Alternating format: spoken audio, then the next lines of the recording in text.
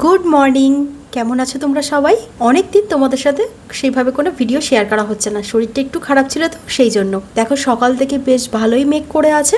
এখন যে বর্ষাটা হচ্ছে না, এই ভিডিওটা কিন্তু ঠিক তার আগের। আমাদের উঠোনে প্রচন্ড পরিমাণের ঘাস হয়েছে, তাই দুটো কাকু সকাল থেকে কাজ শুরু করেছে এই ঘাস পরিষ্কার করার জন্য। আর এইটা হচ্ছে আমাদের স্থলপদ্ম গাছ, যেটার নিচের যে ডালপালাগুলো আছে সেটাকে একটু ছেড়ে দেওয়া হচ্ছে। বাড়িতে অনেকটা ঘেটকুল গাছ আছে, আমরা ঘেটকুল খেতে খুব ভালোবাসি বলে আমার শ্বশুর মশাই বাড়িতে পুরো বাগান বানিয়ে রেখেছিল। আগে দুদিন খাওয়া হয়েছে, আর আজকে বাকি যেটা ছিল সেটা তুলে নিচ্ছি, কারণ এরপর যখন পরিষ্কার করা হয়ে যাবে তখন এই গাছগুলো না নষ্ট হয়ে যাবে। বেশ অনেকখানি ঘেটকুল তুলে নিয়েছি। তারপর কাকুকে সঙ্গে করে নিয়ে চলে এসেছে আমাদের লেবু বাগানে। বড় বড় লেবুগুলো আগে পেরে নিয়েছি, মাঝারি সাইজের যে লেবুগুলো আছে ভাবছি আজকে সেগুলোকে তুলে নেব। এত লেবু তো একসঙ্গে খেতে পারবো না, তাই কিছুটা বাড়িতে পাঠিয়ে দেবো, আর ভাবছি খানিকটা বিক্রি করে দেবো, কারণ এত লেবু থাকলে একেবারেই নষ্ট হয়ে যাবে সবটা। এই দেখো কতটা পরিমাণ আমি ঘেটকুল তুলে নিয়ে এসেছি।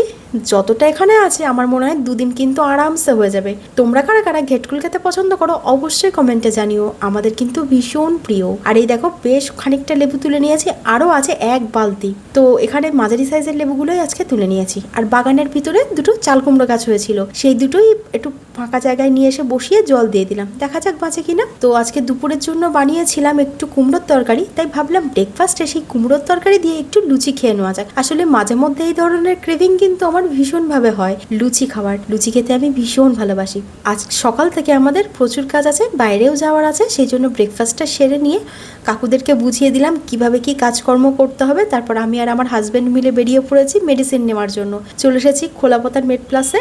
এখান থেকেই আমাদের মেডিসিনগুলো নেওয়া হয়, মান্থলি যতটা যা লাগে আর কি। তো মেডিসিন নেওয়ার পর আমরা চলে এসেছিলাম রিলায়েন্সে, কারণ বাড়িতে টুকটাক কিছু জিনিসপত্র কেনাকাটা করার ছিল, সেইগুলোই কিনে নিয়েছি। তারপর বাড়িতে এসে স্নান করে পুজো দিয়ে সবে মাত্র খাওয়া দাওয়া করে উঠেছি। আর এই দেখো কি প্রচন্ড পরিমাণে ঝড় শুরু হয়েছে।